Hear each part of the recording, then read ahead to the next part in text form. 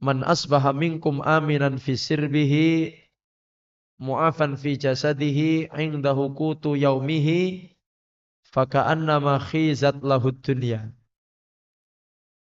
Barang siapa di antara kalian yang merasa aman di rumahnya atau aman pada dirinya, keluarganya dan masyarakatnya, kemudian diberikan kesehatan badan dan memiliki makanan pokok pada hari itu di rumahnya, maka seakan-akan dia telah terkumpul, dunia telah terkumpul pada dirinya.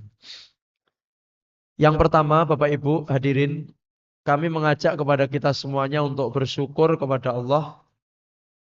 Karena 3 perkara ini kita semuanya memilikinya. Keamanan kita miliki, alhamdulillah. Keamanan ada pada diri kita, alhamdulillah. Sementara saudara-saudara kita yang ada di ujung Sumatera sana sedang diuji oleh Allah dengan musibah bencana. Bencana banjir, bencana tanah longsor. Maka kemudian yang perlu kita syukuri adalah sampai hari ini kita masih diberikan keamanan oleh Allah Subhanahu wa taala. Sehingga dengan keamanan itu kita semuanya bisa beribadah Bapak Ibu.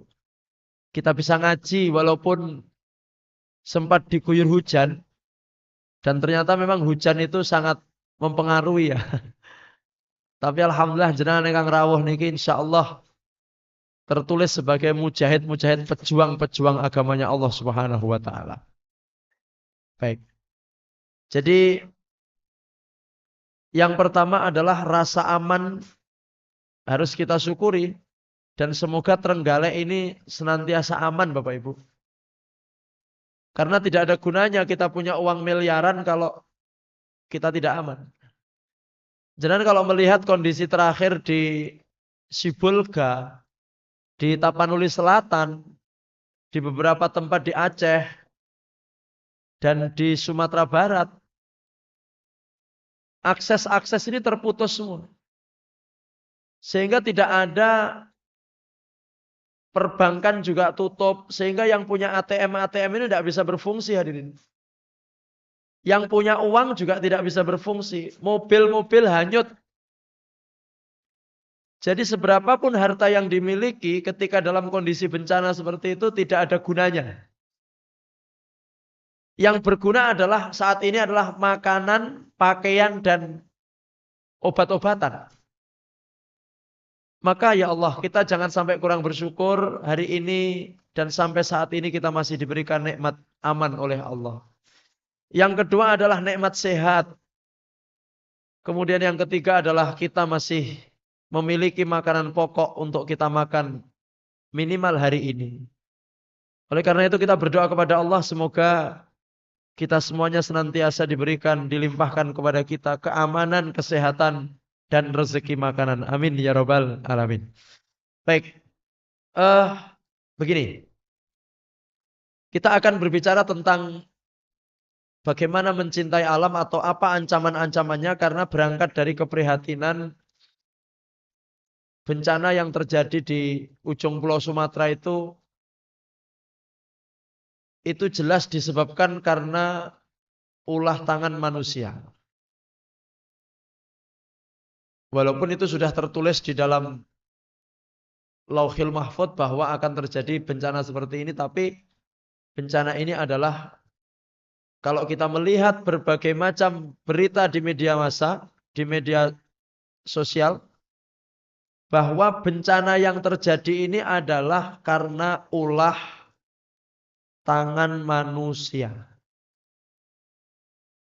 Beda dengan gempa bumi.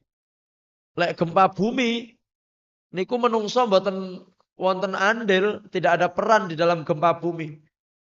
Orang nek ceritanya enek lindu terus iki gara-gara Sumberingin wong-wongane ra gelem salat subuh ya mboten. Iya, ndak ada. Gunung meletus juga itu memang karena adalah fenomena alam yang memang terjadi. Tapi kalau seperti banjir dan tanah longsor, dan apalagi kita melihat bahwa yang terjadi di Tapanuli Selatan, di daerah yang terdampak itu adalah banyak sekali potongan-potongan kayu yang itu ikut hanyut. Pertanyaannya, kayu siapa? Kemudian siapa yang memotong kayu itu? Dan jangan kalau melihat itu bukan AI, insya Allah bukan AI, itu asli itu. Tumpukan-tumpukan kayu yang luar biasa itu hanyut, ya, menerjang rumah-rumah warga. Dan hari ini Bapak Ibu, banyak warga yang tidak punya tempat tinggal, kemudian kehilangan keluarganya. Update terakhir yang korbannya ada sekitar 880 sekian. Itu belum yang korban hilang. Ya Allah. Coba mari kita membahas itu dalam eh, pandangan Al-Quran.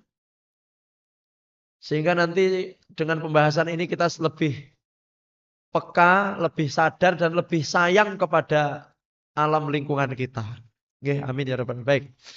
Hadirin yang dimuliakan Allah, yang pertama adalah Al-Quran melarang kita untuk berbuat kerusakan. Apapun itu bentuk kerusakannya, itu Al-Quran melarang kita. Surat Al-A'raf ayat 56, Allah Subhanahu wa taala berfirman, "Wala tufsidu fil ardi ba'da islahiha wad'uhu khaufan wa tama'an inna rahmatallahi qaribun minal muhsinin." Ini ditujukan untuk semua manusia, Pak. Yang iman, yang kafir, semua manusia itu kemudian diajak bicara oleh Allah, wala tufsidu fil ardi ba'da islahiha. Janganlah kamu berbuat kerusakan di bumi setelah diatur dengan baik. Allah telah mengatur bumi ini sedemikian rupa, ditoto, dan penataan Allah ini luar biasa, Pak. Maka jangan dirusak. Di dalam ilmu usul fikih, kalau bertemu dengan lam ini namanya lamun nahyi. Lamun nahyi itu artinya larangan. Dan larangan itu berarti implikasi hukumnya adalah haram.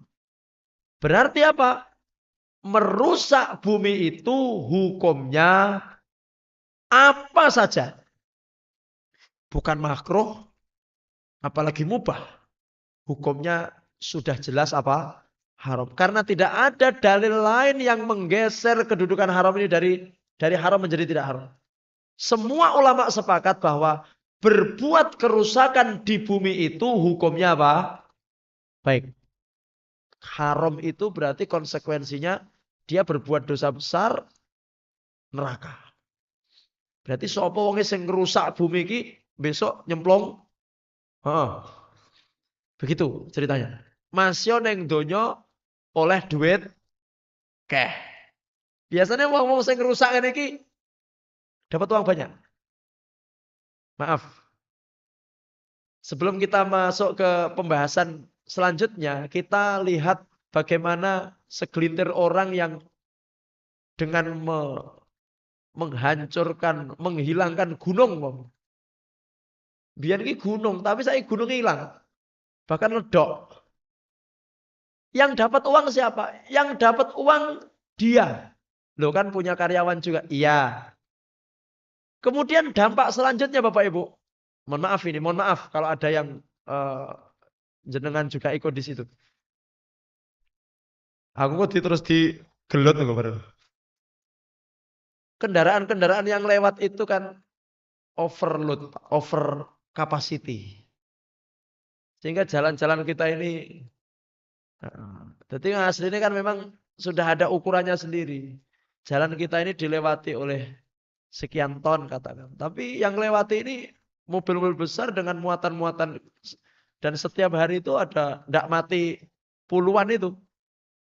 Sehingga jalan-jalan kita juga banyak yang rusak. Nah, itu salah satu contoh kecil. Belum lagi nanti jenengan kalau perso yang di pusatnya sana, bagaimana aktivitas penggalian, penambangan dan sebagainya. Di dekat rumah saya itu ada Bapak Ibu, hilang, gunungnya hilang. Jadi pasak bumi hilang. Sing sugih sapa? Sing sugih ora wong-wong sekitar. Paling wong-wong sekitar dikai kompensasi 100.000, 200.000, nggih bleduk, kompensasi bleduk. Kompensasi anak gajah. Apakah mereka menjadi kaya dengan kompensasi 100, 200? Ya enggak. Yang kaya siapa? Yang kaya ya sohibul tambang. Yang punya tambang. Baik. Jadi yang pertama, merusak bumi, berbuat kerusakan di bumi itu hukumnya haram. Podo karo makan babi, podo karo minum minuman keras, podo karo zino, podo karo makan riba. Wes, podo wes. Sama. Dalilnya mana? Surat Al-A'raf ayat 56. Wala tufsidu fil ardi. Ini adalah an-nahyu yufidut tahrim. Larangan itu menandakan diharamkannya sesuatu yang dilarang itu. Kemudian kita juga melihat surat Ar-Rum ayat 41. Allah Subhanahu wa taala berfirman dalam surat Ar-Rum ayat 41, a'udzubillahi minasyaitonirrajim. Dhaharal fasadu fil barri wal bahri bima kasabat aydin nas. Liyudhiqahum ba'dalladzi 'amilu la'allahum yarji'un. Telah tampak kerusakan di darat dan di laut disebabkan perbuatan manusia.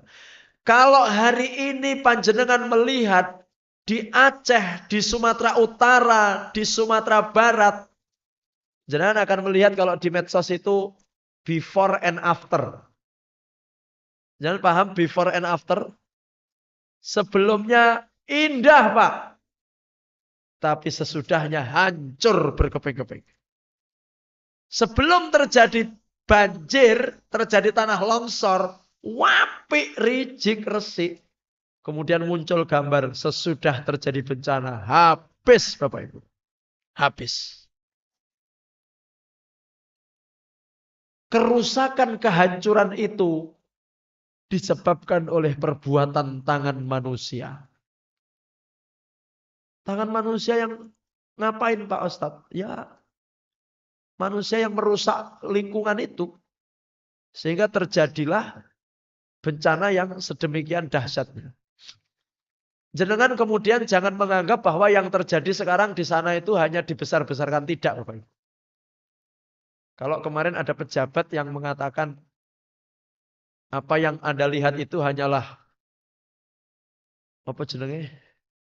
Kuit yang terjadi di sana tidak seperti yang ada di media sosial. Dan ternyata hari ini ada saudara kita yang mengirim bantuan ke sana. Memang betul Bapak Ibu. Yang terjadi persis. Bahkan lebih parah. Bagaimana rumah-rumah hancur, berserakan mobil-mobil. Kemudian ada tempat-tempat yang masih terisolir hari ini. Mereka tidak bisa mengakses ke tempat yang lain. Karena tertutup oleh banjir. Jalan putus sehingga mereka tidak bisa memperoleh makanan. Tidak bisa memperoleh obat-obatan dan sebagainya. Coba jangan bayangkan. Saurunge kula lajeng dibayang nirin. Pomo sumberinge niki terisolasi ngono gek rai keluwen, kemudian ada yang sakit. Bagaimana Bapak Ibu? Oleh karena itu ya Allah, kalau sore ini belum sangu, dereng sangu ngleboni kerdus kumeng. Mangke jenengan balik ngriki malih engko bengi. Untuk apa yang bisa kita berikan itu meskipun tidak banyak itu sangat berarti untuk saudara-saudara kita. Karena Rasulullah mengatakan masalul mu'min lil mu'min. Seorang mukmin dengan mukmin yang lain itu kal jasadil wahid, seperti satu badan, Bapak. Lek mumet sirahe kewabeh melok mumet. Lek loro untune kabeh melok senut-senut. Kalau yang kesandung sikile sing muni iyong tutuke gene mboten. Sing mumet sirahe, sing nyekel sirah tangane. Seperti itulah ibarat muslim dengan muslim yang lain, seperti satu tubuh. Baik. Apa yang dimaksud dengan merusak? Di sini dikatakan wala tufsidu fil ardi ba'da islah. Janganlah kamu merusak. Namanya fasad, merusak. Merusak itu kalau kata para ulama ada dua pengertiannya. Satu, merusak tatanan sosial. Dan yang kedua adalah merusak ekologi. Kalau sosial itu ya hubungannya dengan manusia. Kalau ekologi itu nanti hubungannya adalah dengan alam. Nah, maka kemudian ya kalau kita berbicara fasad itu ya sikap manusia yang tidak baik. Nah, sekarang coba kita bahas dulu sebelum kita ke pembahasan ekologi. Kita bahas dulu tentang bagaimana manusia itu merusak tatanan sosial. Bapak Ibu, dalam kehidupan ini manusia itu kadang-kadang merusak tatanan sosial. Tadi kan ada dua. Ada tatanan sosial dan tatanan ekologi alam ini. Nah, kita bahas dulu tentang masalah tatanan sosial. Dan ini nanti juga berhubungan dengan rusaknya donya ini, Pak. Ketika tatanan sosial sudah rusak, maka alam kita ini juga mungkin akan berdampak. Jadi mungkin kita bayangin ngeten, Pak. Alam ini akan terjadi bencana seperti banjir dan sebagainya, lek alamnya dirusak. Betul. Tetapi ternyata dengan rusaknya tatanan sosial itu juga berdampak pada rusaknya alam. Kok bisa Pak? Iya. Kita lihat yang pertama. Contoh dari rusaknya tatanan sosial. Terjadinya kecurangan-kecurangan. Sekarang jenengan lihat. Di negara kita ini ada kecurangan enggak Bapak Ibu? Halo? Kecurangan apa? Halah sebenarnya. Mulai dari pemilu. Sehingga akhirnya ketua KPU kan dihukum Pak. Kan pernah belum lama ini ketua KPU pusat itu dihukum gara-gara apa? Curang. Belum lagi kecurangan-kecurangan yang lain Bapak Ibu. Kecurangan itu termasuk markup anggaran. Wonten markup anggaran. Itu yang korupsi-korupsi yang baru ditangkap KPK itu Pak. Itu rata-rata yang ngono kuwi. Curang apa? Kalau kamu pengen jabatanmu awet, wani, ngono yang curang Pak. Jadi menunjuk stakeholder, menunjuk para pejabat itu bukan berdasarkan kemampuan, tetapi berdasarkan keuangan. Bukan kapasitas, tapi isi tas. Ya Allah. Akhirnya ya terbongkarlah sedikit demi sedikit. Karena memang bodoh curang. Ya. Belum lagi saya diceritai oleh teman gitu. Teman saya itu kebetulan berada di lingkaran, saya perlu sampaikan ya, di Dewan Perwakilan gitu Bapak Ibu. Dia cerita kepada saya. Ngerti pura gajinya anggota dewan iki piro? Oke lho. Ora, gajine iki yo padha karo kanca-kanca guru, kanca-kanca 1,5 juta. Nah terus kok iso sugih-sugih mobile elek-eleke Innova Reborn. Kok iso ngono piye kuwi ceritanya? Cerita dia sama saya. Ya niku ora kabeh, cuman yo meh kabeh ya. Jadi kalau teman-teman itu kan tidak ngantor, Pak. Ya ngantornya mungkin nanti untuk rapat. Nanti dia kunker. Nah, kunker itu kan nanti kan ada uang bensin. Uang bensinnya aslinya kan mobilnya siji, Pak. Ditumpaki wong limo. Tapi kok laporane wong limo ki nggo mobil dhewe. Heeh. Akhirnya dapatlah ganti uang. Itu salah satunya. Kok ngono? Iya oleh ra ngono oleh duit awake dhewe ngono, Pak. Itu salah satu contoh fenomena. Jadi jenengan sing ra dadi anggota DAN ora apa-apa. Alhamdulillah. Wis to, Pak. Sugih ra apa-apa sing penting jujur ya, Pak ya. Heeh. Ustaz kula niki piye, Ustaz? nyalek ping 5 ra dadi. Memang yang terbaik itu. Jenengan kok nyalek bolak-balik ra dadi. Allah memang menghendaki yang terbaik untuk jenengan. Mau jenengan dadi anggota dewan yo bubuan Bapak. Sing jelas wis ra tau ngaji rene, ya toh? Sing nomor loro yang jenengan dapatkan dan kita harus ingat, Pak, Bu. Semua itu nanti akan dimintai pertanggung cerita malih. Lah lek ra ngono orang balik modal. Wong awak-awak magang yo entek miliaran. Ah, ya Allah. Lek ra melakukan kecurangan, ora oleh apa-apa. Seakan-akan lek dadi pejabat sing jujur, kuwi ora oleh apa-apa, alias miskin. Oke, Bapak Ibu nggih? Oke, baik.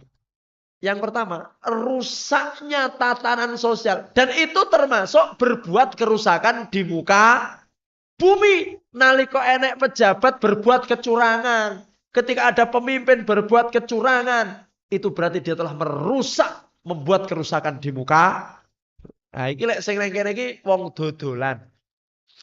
Iku sehingga dikatakan dalam firman Allah, wailul lil mutaffifin alladzina idza qtalu 'alan nasi yastaufun wa idza kaluhum aw wazanuhum yukhsirun. Wong dodolan ya ngono, iso tumindak curang. Ini mangga super, bisa dimakan sak kulit-kulitnya.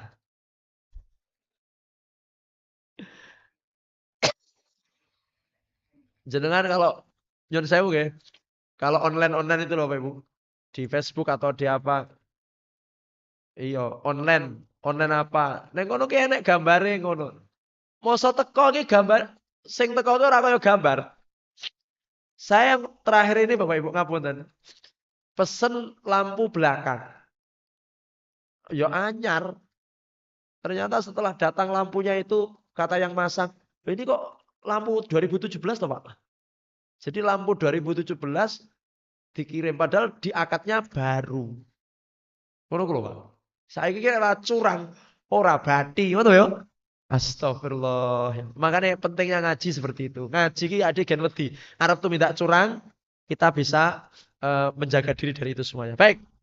Ketika kecurangan merajalela, berarti pada saat itu juga musibah bencana itu akan segera datang. Tita ini mawon. Sing nomor kali. Apa yang termasuk dari berbuat kerusakan itu yang dalam ranah tatanan sosial? Orang-orang kaya membiarkan orang-orang yang lemah. Wong warek ngetokne wong sing luwe. Wong sugih ndak peduli nyanggone wong larang. Jadi ketika terjadi seperti ini Pak, itu termasuk berbuat kerusakan di muka bumi. Terutama orang-orang kaya. Orang-orang yang Allah titipkan kepadanya harta. Kok Anda, saya tidak peduli, tidak sensitif dengan orang-orang yang kekurangan. Sing miskin Pak. Berarti kita ini telah membuat kerusakan di bumi. Berarti ada yang nggak itu. Makanya lek mager rumah rasa dur-dur. Ya apa? Marai ratek nong. Marai ratek nonggo Pak. Tapi ya lho Pak Ustadz, wong lek tak dhuwurne pagerku terus raman. Oke, silahkan pagernya dhuwur. Tapi ingat Bapak Ibu, di kiri kanan kita mungkin ada orang yang kekurangan. Ada orang yang Saat ini ngeten ya Pak. Coba di lingkungan kita itu jangan cari sopo anak yatim yang bapaknya sudah meninggal, yang dia masih sekolah, ke ibu iki ora tau iso nyambut gawe. Itu Pak. Itu yang harus kita perhatikan. Anak yatim, duafa. Dan alhamdulillah di Al-Huda ini ada santunan duafa luar biasa. Oke. Jangan termasuk yang disantuni apa betul. Oh sing nyantuni malah nih. Alhamdulillah. Jadi kalau ada orang yang tidur nyenyak dalam kondisi kenyang dan nyaman, sementara di sampingnya ada orang-orang yang tidak bisa tidur karena kelaparan, dia itu zalim Bapak Ibu. Apa? Masih sregep ngaji, sregep haji, sregep umroh. Tapi lek enek tonggo teparone niku sing keluwen, Anake wayahe bayar sekolah rong iso bayar gara-gara memang ra duwe duit. Gek sing sugih niku mek meneng ae ora peduli. Zalim. Napa Bapak Ibu? Heeh. Baik. Makanya Allah berfirman di dalam surat Al-Maun, "Ara'aital ladzi yukadzibu bid." Tahukah Anda siapa orang yang mendustakan agama? Bukan orang yang kafir, bukan orang yang tidak sholat, bukan orang yang zina. Tapi wong-wong sing gorohne agama niku orang-orang yang yadu'ul yatim, orang yang menghardik anak yatim. Maksudnya menghardik orang kok getaki mboten, Pak. Sudah tahu anak yatimnya itu wayahe sekolah, wayahe bayar SPP rong iso bayar. Sementara kita diam saja. Wala yakhuddu ala ta'amil miskin, dan tidak mengajak untuk memberi makan orang miskin. Jadi istilah memberi makan itu luar biasa. Sampai Rasulullah itu ditanya oleh sahabat, "Ya Rasulullah, ayyul islamu khair?" Amalan ning gone agama Islam niku sing paling sae niku napa Rasulullah?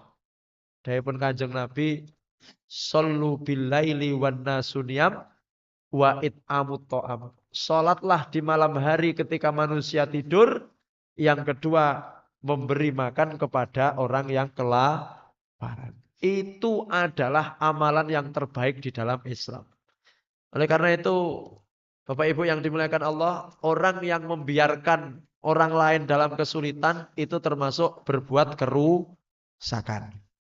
Yang ketiga, termasuk berbuat kerusakan dalam tatanan sosial itu adalah pemimpin yang zalim. Pemimpin yang zalim itu apa? Pemimpin yang zalim itu adalah pemimpin yang tidak memikirkan kondisi umatnya, kemakmuran umatnya, tapi dia hanya mencari keuntungan dirinya sendiri. Makanya agak ternyuh ya Bapak Ibu, beberapa hari yang lalu, bagaimana ketika ada seorang pejabat yang kemudian datang memanggul beras. Ada lagi yang datang pakai rompi anti peluru. Padahal kalau kita runut, ternyata kebijakan-kebijakannya itulah yang kemudian menyebabkan terjadinya apa? Terjadinya pembalakan. Peraturan-peraturan yang sudah dibuat ternyata itu adalah menjadikan hutan-hutan itu gundul Bapak Ibu. Jangan kalau lihat ke Kalimantan, hampir-hampir hari ini tidak ada hutan yang murni jadi hutan. Rata-rata hutan di Kalimantan itu sudah ditebangi semuanya dan diganti dengan tanaman sawit. Dan sekarang juga di Sumatera juga sudah seperti itu. Jadi rata-rata sekarang hutan-hutan lindung kita ini sudah ditebangi, diganti dengan sawit. Punya siapa sawit itu? Sawit itu punya konglomerat-konglomerat yang ada di Jakarta sana, yang kemudian uangnya ya ke sana larinya. Sementara orang-orang di sekitarnya berdampak. Akan kena banjir, tanah longsor, dan sebagainya. Itu namanya deforestasi kalau tidak salah. Menjadikan hutan lindung, hutan yang asli, dibabat, didadekne hutan sawit. Dan ternyata Indonesia menempati tempat kedua Pak seperti itu di dunia ini. Nomor satu saya tidak tahu, nomor dua Indonesia. Penggundulan hutan itu Indonesia menempati nomor dua. Cobi, teng daerah akhir kita sik wonten wit sing sak meter-meter. Apalagi dengar-dengar ini nanti tidak tahu muga-muga mboten terjadi. Seluas 12.000 hektar mulai dari Watulimo sampai Pule itu nanti akan ditambang. Mau ditambang emas karena konon cerita tambang emas di sini itu adalah tambang emas yang terbesar Bapak Ibu. Maka ini teman-teman sangat menyuarakan bagaimana agar itu tidak terjadi. Coba sekarang jangan bayangkan. Pomo betul-betul ditambang 12.000 hektar itu Pak. Kayak emasnya metu tenang. Kira-kira warga Sumberingin malah jadi sugih napa mboten Bapak Ibu? Betul nggih? Heeh. Pun yakin nggih mboten sugih nggih? Contohnya di mana? Contohnya di Papua, Bapak Ibu. Kami ketika ke Papua kemarin melihat bagaimana kondisi orang pribumi. Orang-orang sana itu Bapak Ibu, secara ekonomi biasa bahkan di bawah garis kemiskinan. Padahal apa? Padahal Freeport itu adalah tambang yang saat ini terbesar di Indonesia. Emasnya itu. Sampai saat ini jerune ra karu-karuan nih Bapak Ibu. Sudah sekian puluh tahun. Tapi wong kono ya ora maju-maju.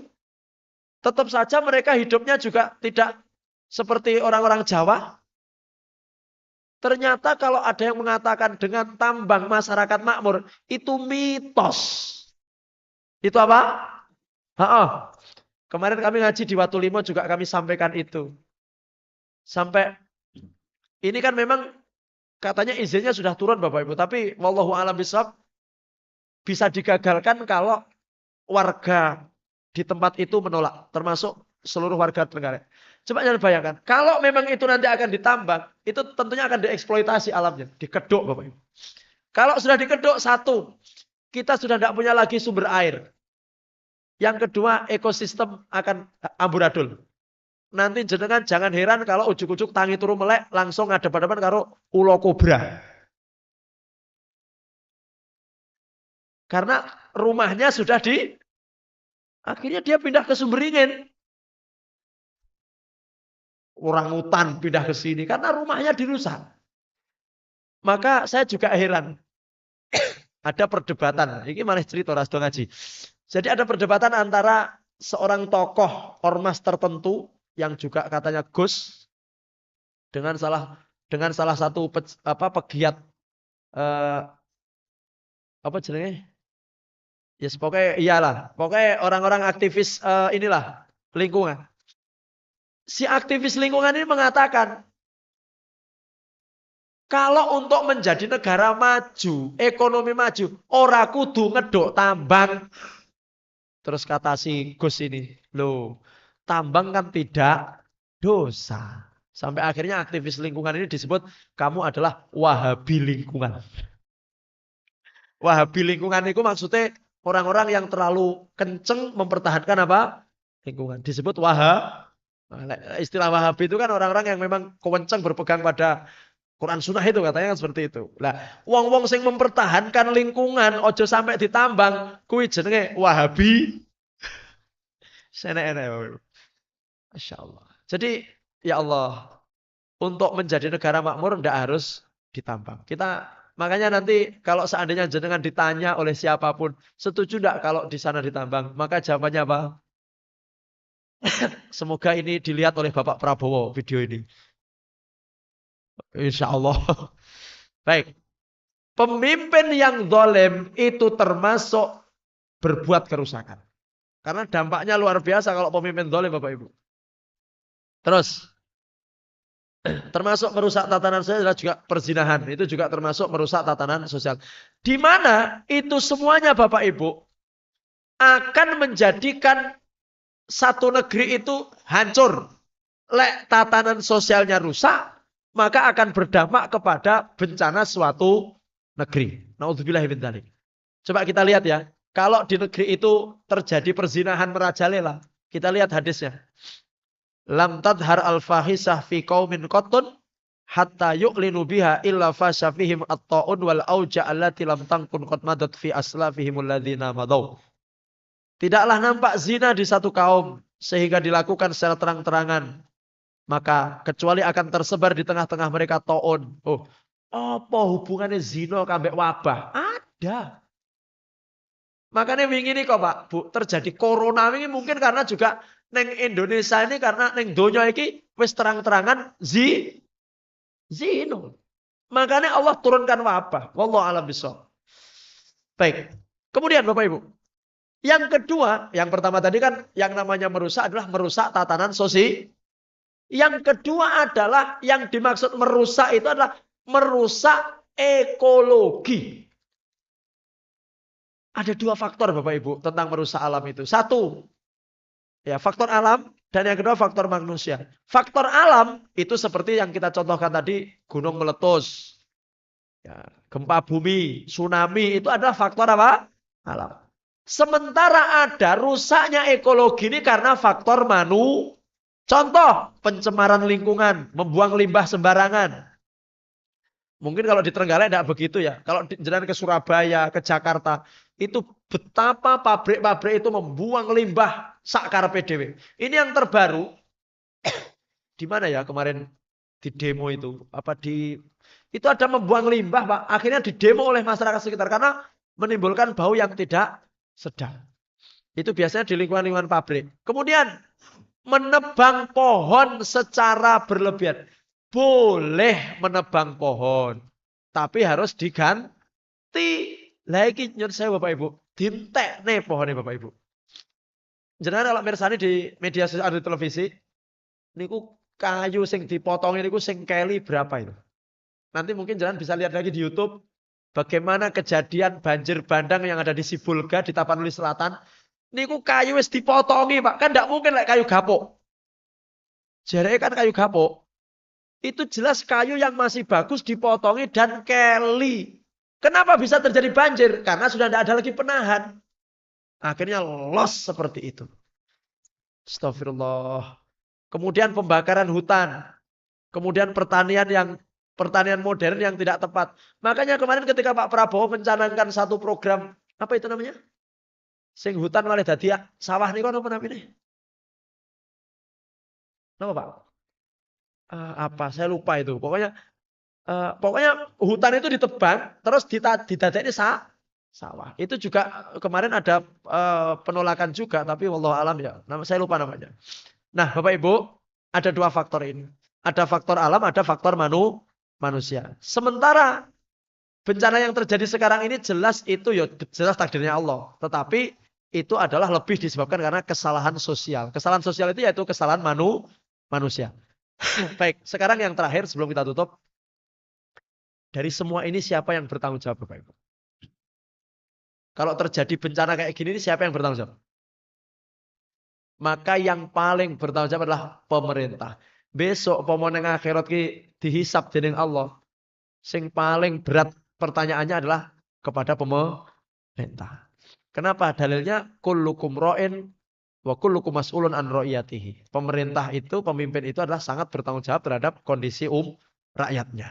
Pokoknya yang ditanya ya pemerintah karena mungkin mereka yang membuat kebijakan. Nah, sekarang begini. Bagaimana pencegahannya? Pencegahannya pemerintah harus membuat aturan ketat undang-undang tentang pelestarian lingkungan. Di Kalimantan itu terjadi banyak penebangan kayu karena memang ada pembolehan untuk menebang di zaman presiden siapa saya lupa. Jadi wit sak menten-menten kayu ulin, kayu meranti itu resik Bapak Ibu. Sekarang yang ada hanya kayu sak menten-menten di Kalimantan. Itu kalau tidak salah di tahun 2001-an lah. Di tahun 2001-an itu terjadi penebangan besar-besaran di Kalimantan ini. Sehingga sekarang kalau jenengan mau mencari kayu yang namanya ulin, meranti, sing gedine sakmene, itu sudah hampir tidak ada.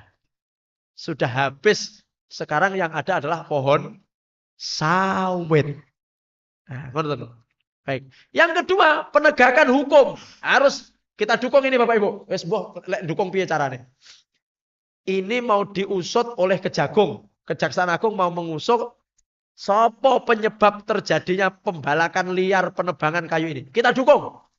Kalau nanti pejabat yang ternyata terlibat, ya kudu kita dukung. Dengan apa? Doa. Tapi ada ya rasanya nyapa. Semoga-moga memang betul-betul hukum adil. Yang ketiga, yang terakhir. Bagaimana agar tidak terjadi bencana di negeri kita? Jelas ini yang satu dua ini kan pemerintah. Membuat aturan yang ketat, menegakkan hukum. Yang ketiga kita bisa turut andil di situ. Bagaimana? Meningkatkan iman dan walau anna ahlal qura amanu wattaqau la fatahna alaihim barakatin minas sama'i wal ardh. Lek penduduk negeri itu iman lan takwa, maka Allah akan membuka keberkahan di negeri itu. Jadi kudu iman lan takwa. Ini rakyat ini. Lek sing nomor 1 nomor 2 ini pemerintah. Penanggulangan sudah alhamdulillah. Dan Bapak Ibu, kami tutup dengan satu ayat terakhir. Surat Al-Maidah ayat 32. A'udzubillahi minasyaitonirrajim. Min ajli dzalika katabna ala bani Israila annahu man qatala nafsan bi ghairi nafsin aw fasadin fil ardi faka'annama qatala nasa jami'a wa man ahyaha faka'annama ahyan nasa jami'a wa laqad ja'atuhum rusuluna bil bayyinat thumma inna katsiran minhum ba'da dzalika fil ardi la musrifun. Ada satu arti yang kami tebalkan di sini, Bapak Ibu. Orang yang membuat kerusakan di bumi, apakah itu menebang pohon, apakah itu membuang limbah, apakah itu merusak lingkungan, maka seakan-akan dia telah membunuh semua manusia. Nebang pohon, bakar hutan, kemudian menambang, menggali-gali, ngedui gunung barang ngono kuwi. Yang nanti akhirnya terjadi longsor dan sebagainya. Kuwi podo karo dosone, podo karo mateni, membunuh manusia sak do. Yo, naudzubillahi min, ketoke oleh duit tapi ternyata dosanya adalah seperti membunuh manusia sak donya niki. Oleh karena itu apa yang bisa kita lakukan? Ya mengingatkan. Saudara-saudara yang terdampak yang berada di sekitar tambang itu juga sebenarnya mengingatkan. Tidak ada yang setuju, cuman ya bagaimana lagi biasane duwe nah wis wallahu a'lam bishawab. Nah, lek ra ngono ra wani. Oke, semoga Allah menjaga Indonesia tercinta ini Bapak Ibu. Semoga Allah menjadikan negeri kita aman, khususnya Jawa Timur, Trenggalek dijadikan negeri yang aman dan betul-betul kita semuanya bisa beribadah. Dengan keamanan itu kita bisa beribadah dengan sebaik-baiknya. Dengan ibadah sebaik-baiknya itu kita bisa meninggal, nanti kita bisa memperoleh kebahagiaan di dunia dan di akhirat. Amin. Terima kasih atas perhatian panjenengan semuanya, termasuk donasi panjenengan untuk saudara-saudara kita yang ada di Sumatera. Semoga apa yang sudah panjenengan berikan tadi dibalas oleh Allah dengan khairul jaza, dengan sebaik-baik balasan. Amin ya robbal alamin. Mengatakan Bapak Ibu yang dimuliakan Allah SWT, kita cukupkan kajian kita pada kesempatan malam hari ini. Dan mari kita tutup kajian malam hari ini dengan bersama-sama membaca doa kafaratul majelis dan hamdalah. Subhanakallah wa bihamdika asyhadu an la ilaha illa anta astaghfiruka wa atubu ilaik. Walhamdulillahi rabbil alamin. Mohon maaf atas segala kesalahan. Kami akhiri billahi taufiq wal hidayah. Wassalamualaikum warahmatullahi wabarakatuh. Pengumuman besok insya Allah pengajian Ahad pagi PDM di